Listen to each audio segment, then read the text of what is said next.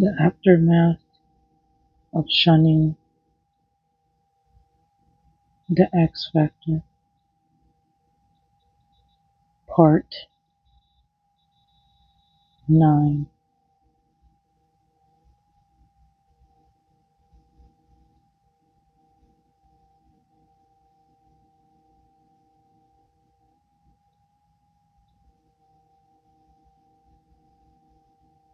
I'm very loud internally.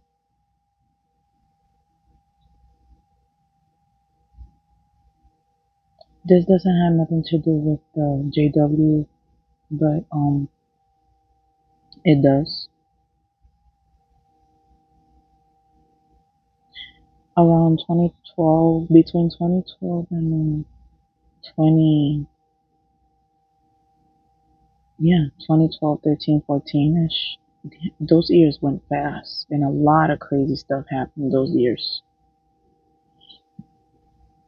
It was after I got baptized. My dad was giving Bible study at work to a employee co-worker.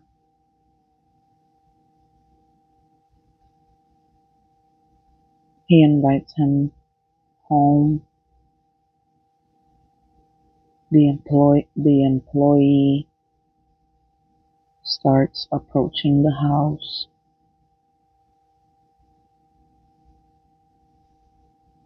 It was starting to get as like a habit of every weekend he was going to show up.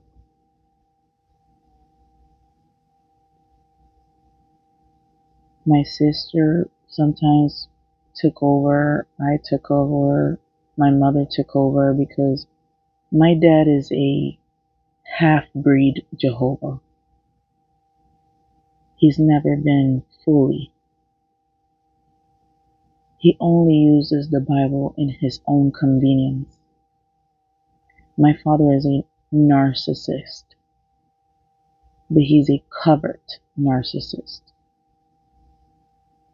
We know it now, but it was very covert in those years, and we didn't know what a narcissist was. We just thought he was just a little special.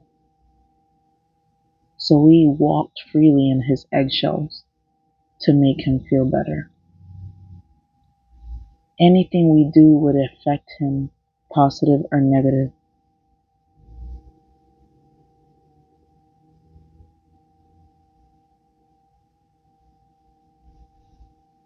So my dad brings a student to the house and hides in his room some of the weekends, so he's not available. So we take over.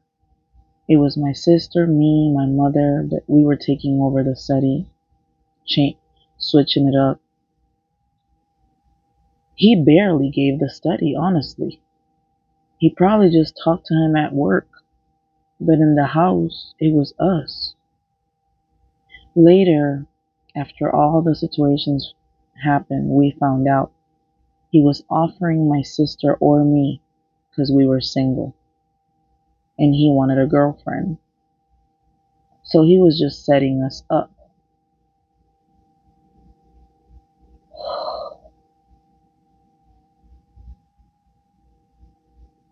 My sister was pretty easy to say no, or kind of like give him the cold shoulder, but he was trying. I didn't know that. I thought she was just doing the Bible study. She told me later on, because you know how it is. We always talk about things later on.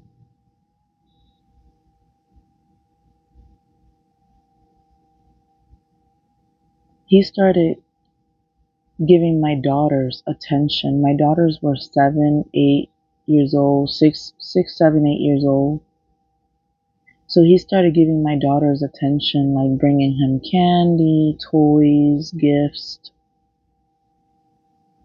I wasn't dating him. Honestly, I wasn't. But I felt like I was. Because he kept doing it like I owe him something, To impress me, he got a nice truck, a better truck. And he let me drive it to the Kingdom Hall. We all went as a happy family. I was the driver of some kind of a boyfriend or whatever the heck he think he was. I never gave him no, oh yeah, it's okay, yeah, we can date. I didn't say nothing like that.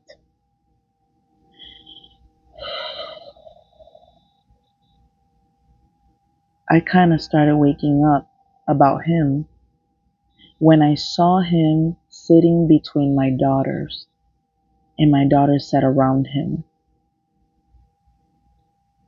And I didn't like that at all. Oh, this nasty ass motherfucker, right? But I couldn't talk like that because I was a Jehovah's Witness, right? I had to behave Christian way and tolerate nastiness, right? Because that's what y'all do.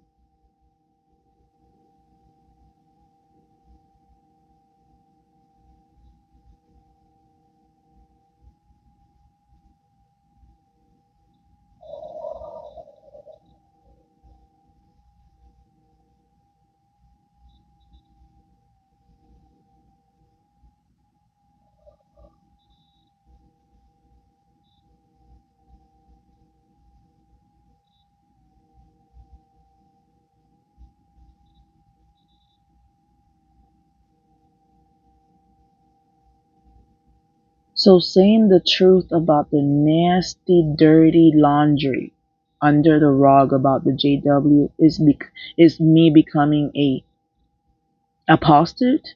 I'm not talking about Jesus and Jehovah. I'm talking about the aftermath of shunning. I'm talking about the aftermath of treating me like shit.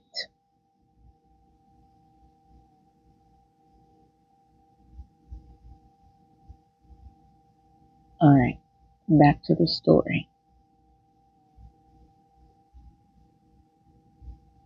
Some time happened, I don't know. Everything was so fast, but so slow at the same time. I just didn't know this guy was really, really into trying to get into somebody's pants in my house. So all of a sudden, a fight breaks between my mom and my father.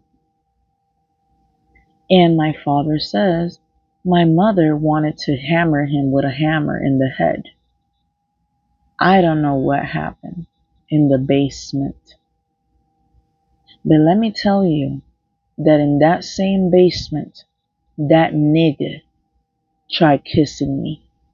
And I said no. Also, I had a conversation with him while I was driving his truck. I don't want to sleep with you. You are not my type. I will never have respect for a man like you. I can't do it.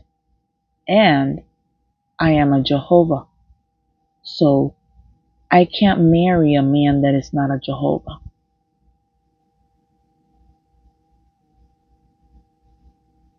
Why did my mom marry this thing?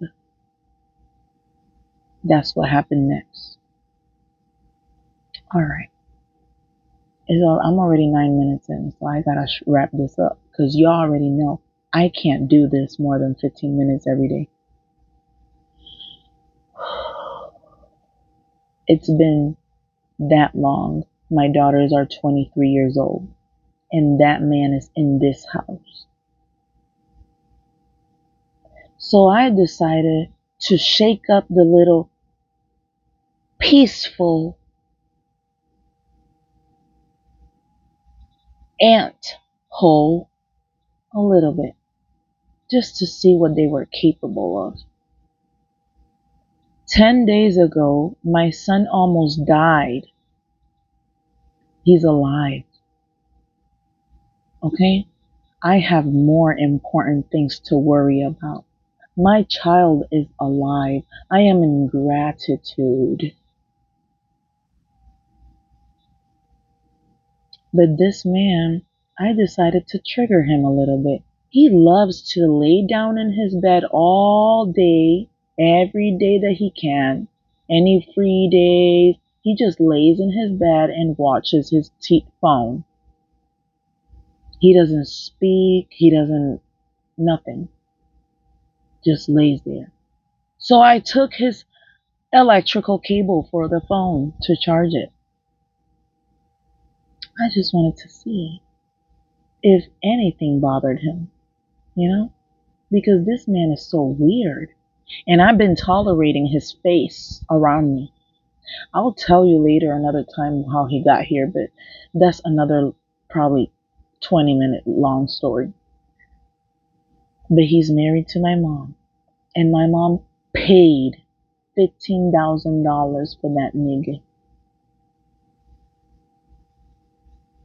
Oh, you got money to pay for a dick. Let's say it. A dick. You got money for that? Okay. Nice. The one you want, right? Because you like you got money like that, right? Okay. But she steals from me 10 grand, takes this house. I put it in her name because in those times I was mentally unstable. And she puts this man to live in this house while I was dealing with my instability. I was not crazy.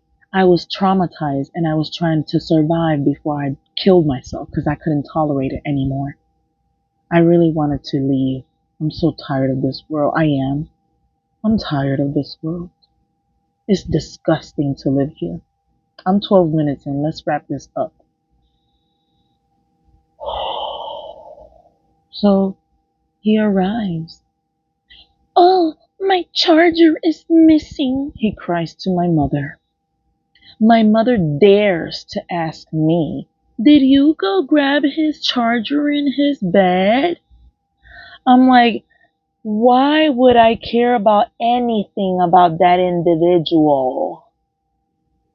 I don't care about none of his stuff. I don't even want to be by his bed. He's nasty to me. He's disgusting to me. I'm sure that they felt like it was me. I don't have a problem saying the truth. I just wanted to see how they got.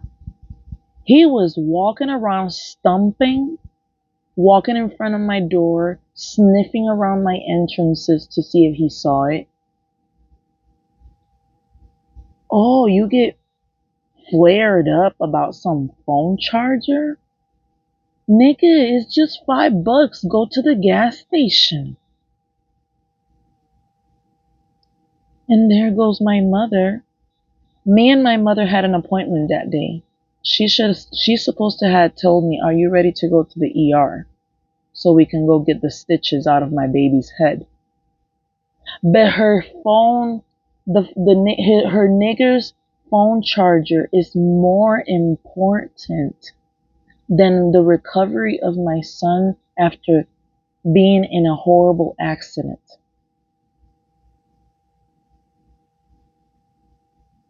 I was so flared up about that one.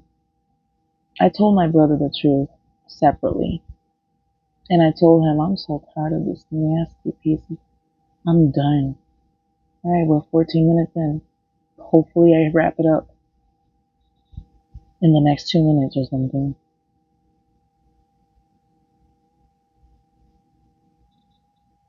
So that night, I decide, this one is going to be a little longer actually. It's going to be probably another 5 minutes, just so you know.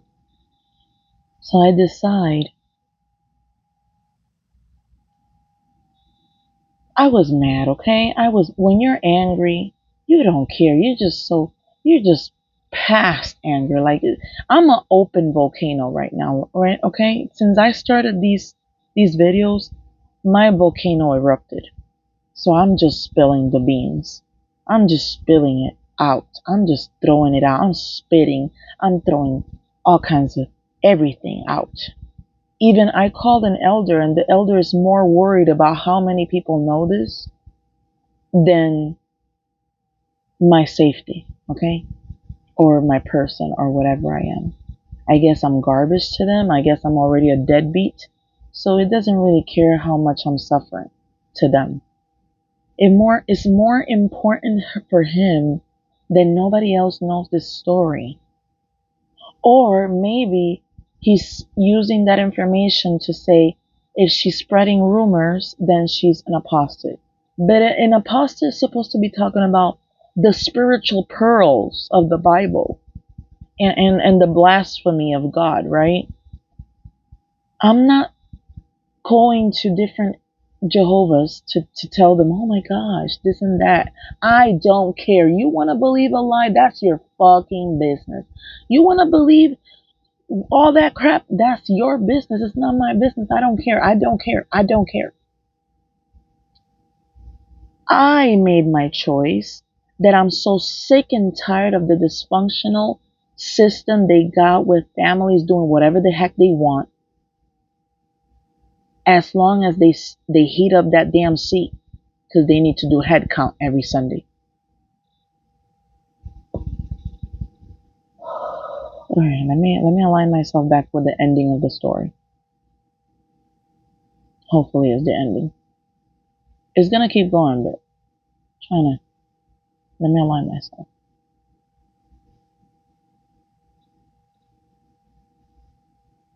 So that night, because my mother has a rule since I started living here, don't cook after 3, because her man wants to cook after 3, right? Because that's his time. But she didn't say what time I can go back in the kitchen and cook. She just said after 3. In general, after 3, don't be in the kitchen. Basically, she wants me to forcibly stay in my room after 3, like I'm some kind of dog or something. Oh, I'm sorry, I got loose from the leash. And so I ended up in the kitchen at 9ish, 10ish, because my kids were hungry and they won't fall asleep unless their bellies are shut down.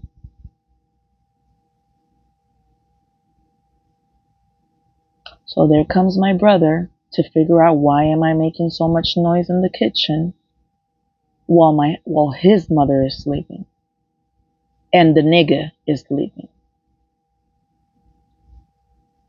I'm like, my kids are hungry, so I ain't going to sleep until I figure this out.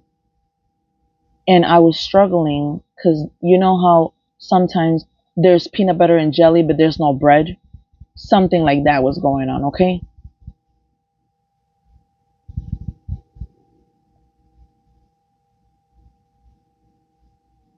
Hold on. So I got this regulated because I was desperately looking for what to cook. So I encountered myself looking at all the condiments, and they were still there from 3 years ago when my mom used to have so many rats in this house. I already got rid of all of them, but she had so many rats in this house that they piss, poop, and put all kinds of nastiness. And then she was dealing with some roaches infestation and stuff. So all those condiments was just so disgusting. And I got, I'm hungry. I'm trying to cook for the kids, and it's just disgusting, man. Why are you holding some pissed and pooped out condiments, and then she dares to tell me that she uses that for the meat? How you even touch that and then touch the meat? And we've been complaining about some aches and pains in our stomachs from eating her food, and I already know what she's doing. I'm not going to go into that details because I'm already at 19 minutes. I'm already past my curfew. But this story is a little long.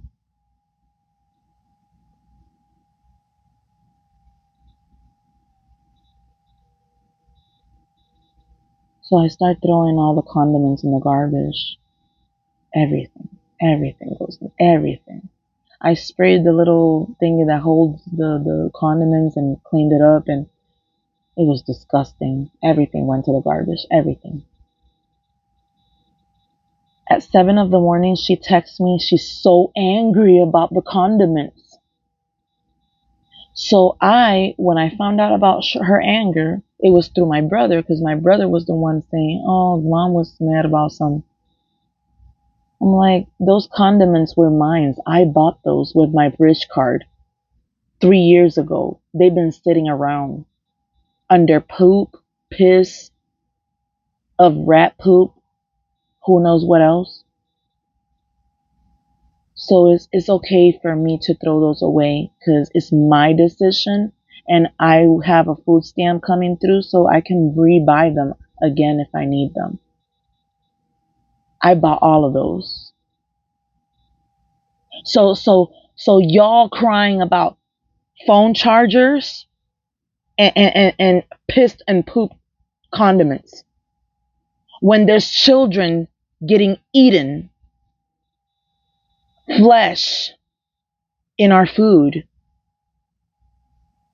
wars, children dying, elders dying, sick people dying, everything dying, bombs, and you're mad about a phone charger and some condiments that were pissed and pooped by rats?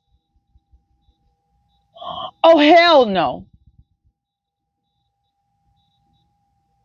You are some retarded ass, ignorant, disgusting, incestuous, dirty ass people. I don't want to survive in the same house with y'all. Y'all gotta go. It's time. I'm done before I lose it. You know, the doctor warned me if I came back to this house, I was gonna pass out dead. I left this house last year for me to have another year of life, okay? So I'm struggling here, okay? I still have a child that is not even 5 years old. So I still have a lot to do.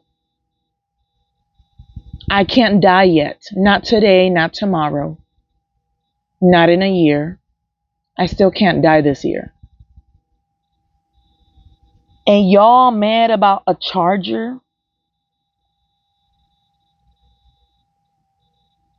Yeah. The level of distortionated behavior, I don't have to explain it, right, guys? Okay.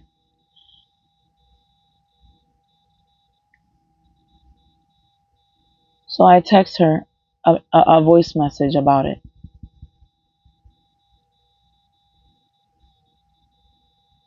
And I told her, either you have to throw your garbage person out of this house or take him with you or something, but he's out. He's not allowed here. My brother just said he was going to kill me and he's not here. So if my brother doesn't belong here, then your piece of garbage does not belong. If my brother can't be here, your piece of garbage can't be here. The level of disrespect that that man has done to you and all my family, including myself, is out of this world, and I can't tolerate it one more minute in my life. Either he's out or I beat him up till death, because he has to get out of here. When she comes here, she lets him in, and they're over here talking in the bedroom and discussing what to do or whatever, and they're digging all over the room because they see that I've been moving around things, and I did spit on his clothes, on his bed. All day I've been disgusted about this man, so I've been doing all kinds of nasty things to his bed because I'm tired of this nigga. I want him out.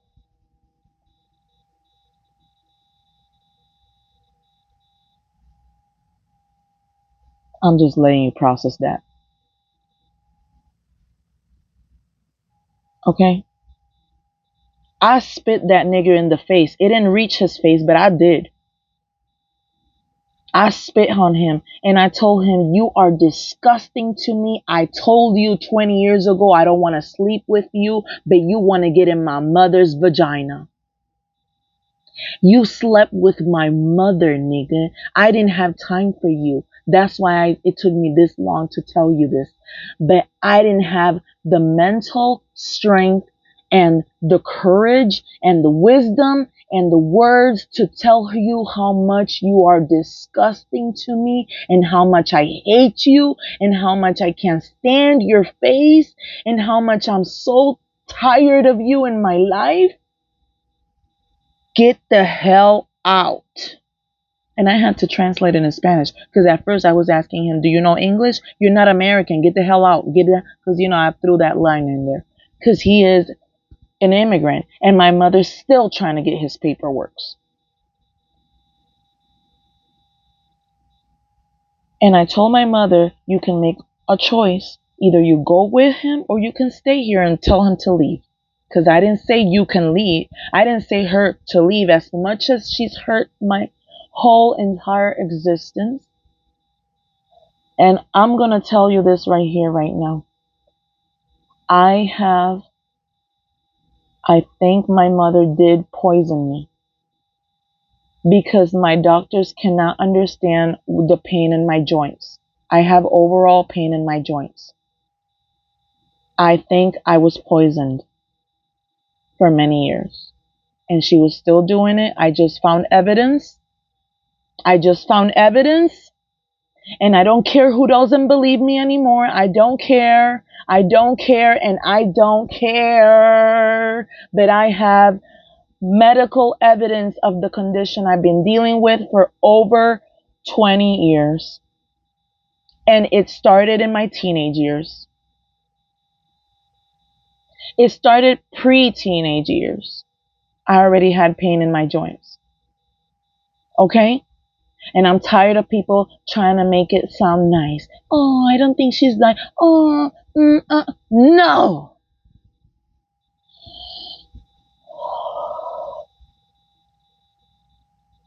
If I find out that my daughters end up feeling the same symptoms because we all ate the same food, but I've been exposed to it longer.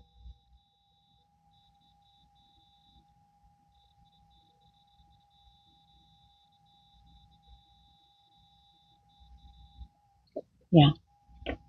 This woman poisoned my body with hate. I don't know what she used, but I have evidence and I feel that it was many different things like roach poison, like laxative, like things for the stomach, laxatives, even pain. Pain. I don't know how to say these words. I have been watching those things in her kitchen all my life. And I didn't know why though they were in the kitchen. I never knew. Till that day that I cleaned up all the condiments, I saw them in between the condiments. And it was the same behavior since I was a kid.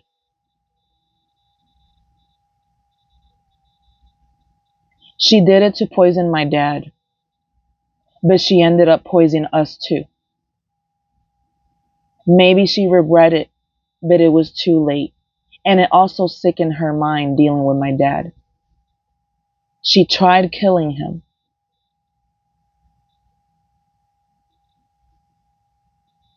I don't blame her, but at the same time, I can't excuse that behavior. That is completely unacceptable. Your children got affected by your hatred.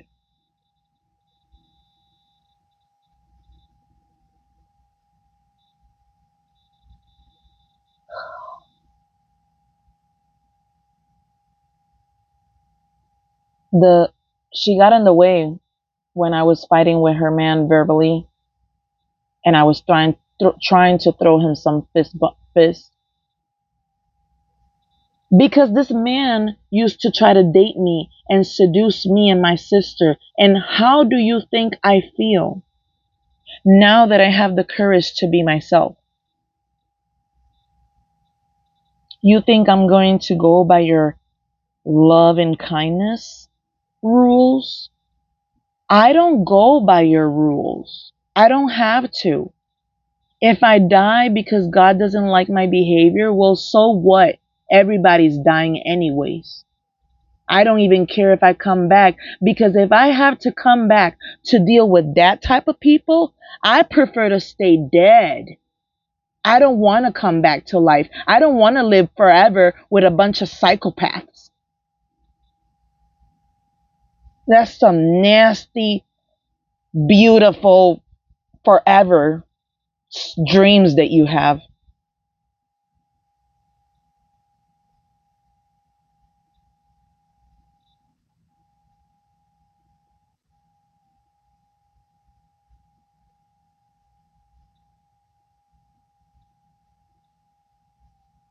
So they both left the house. She has the house in her name. And I know she's going to do some dirty work with that paper. She's going to do some dirty work with the house legal documents. I was too flared up. I couldn't think about the house documents on her way out, honestly. That's not who I am, right? I don't care if she evicts me. I don't care if the police comes. Right in front of the police face, this house will disappear. I don't care. But this house will not return to her hands, and she will not benefit or profit from the house that I bought with my sweat of working 10 years in AutoZone. And with this, I cut.